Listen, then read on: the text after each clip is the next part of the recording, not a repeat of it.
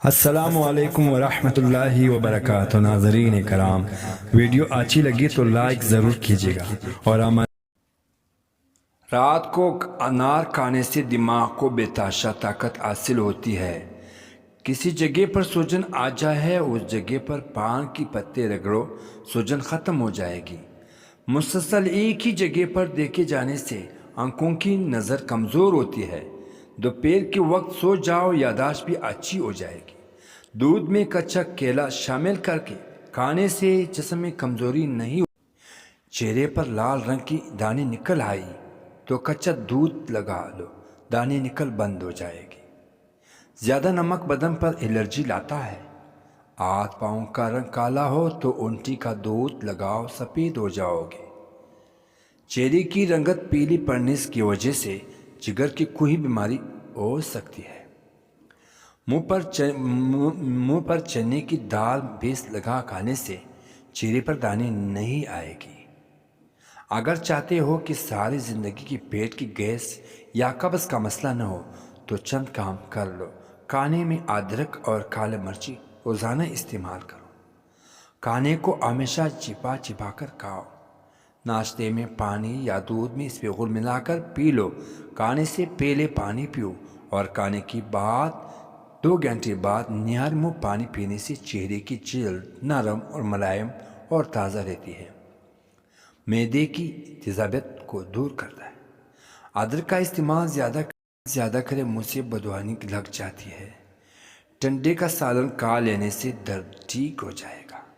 کھڑے ہو کر پیشاب مت کیا کرو، اس سے دماغ کمزور ہو جائے گا۔ سونے سے قبل پالسی کا شربت پینے سے معدے ٹھنڈا اور ٹھیک رہے گا۔ زیادہ غصہ کرنے سے دماغ کمزور ہوتا ہے۔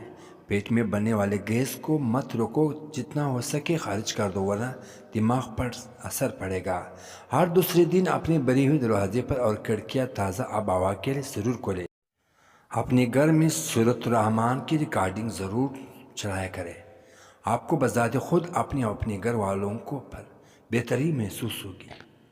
سوتے وقت دل کی گھبراہٹ محسوس ہونے لگے تو پیشاب کر لو، دل کی گھبراہٹ فوراً دور ہو جائے گی۔ رات کو سونے سے پہلے اپنے چہرے پر لہسن کاٹ کر مسل دو، چہرے پر بڑھاپا کی جھلک نمایاں نہیں ہوگی۔ دل کی مریض لوگ آلو بخارا مت کھائیں، زیادہ آم کھانے سے یورک ایسڈ کی بیماری ہو جاتی ہے۔ جگر کو خراب ہونے سے ہلدی بچاتی ہے۔ مسواک کرنے سے معدے میں ٹھیک رہتا ہے۔ تھکاوٹ اور پریشانی کے اندر ادرک والے چائے پی سکون محسوس کرو گے۔ جگر کے مریض لوگ کالے چنے استعمال کریں۔ جسمانی کمزوری سے شکار لوگ بھی کالے چنے استعمال کر سکتے ہیں، بہت زیادہ طاقت دیتے ہیں۔ دودھ میں کلونجی کی 2 دانے ڈال کر کھانے سے انسان کے جسم کے اندر طاقت آتی ہے۔ سیب کھانے سے 2 گنا توانائی ملتی ہے۔ چاول کھا کر پوری دودھ پینے سے کالی کانسی ہو سکتی ہے۔ نماز کے بعد 1 تسبیح روزانہ پڑھیں، یا ودود یا سلام، گھر سے جھگڑے، نوست اور غلط فہمیاں ختم ہو جائے۔ روزانہ دوپہر کے وقت پیاز استعمال روٹی کے ساتھ کھانے سے معدہ صاف رہتا ہے۔ تلسی کا پودا گھر میں لگایا جائے تو گھر میں مکھی، مچھر اور کیڑے مکوڑے نہیں آتے ہیں۔ جگر کی مریض کی کالے چنے استعمال کریں۔ کانسے کے مریض لوگ ناریل نہ کھائیں۔ اکثر اونٹ پھٹ جاتے ہیں تو اس کے لیے گائے کی کچا دودھ اونٹوں پر لگانے سے ٹھیک ہو جائے گا۔ کیا آپ کو معلوم ہے کہ سونف افسردگی دور کرتی ہے، یادداشت کو بہتر بناتی ہے؟ ہری اور پیلی شملہ مرچ سے استعمال کرنے سے چہرے کی جھریاں غائب ہو جاتی ہے۔ کھانے کے بعد تھوڑی سی سونف کھا لو، کھانا جلد ہضم ہو جائے گا۔ جو لوگ روزانہ دودھ اور دہی استعمال کرتے ہیں وہ جلد بوڑھا نہیں ہوتے ہیں۔ آلو کی سبزی کم استعمال کرو کیونکہ یہ بادی ہوتی ہے، اس سے قبض کا بیماری پیدا ہوتی ہے اور موٹاپے جلد آ جاتا ہے۔ اگر ماہواری کا دور زیادہ ہو تو تلوں کی تل استعمال کیا کریں۔ اگر آپ اپنے غیر ضروری بالوں کا خاتمہ کرنا چاہتے ہیں تو ضرور بالوں کی خاتمہ کریں۔ خاتمہ کرنا چاہتے ہیں تو ہر ہفتے صفائی کیا کریں۔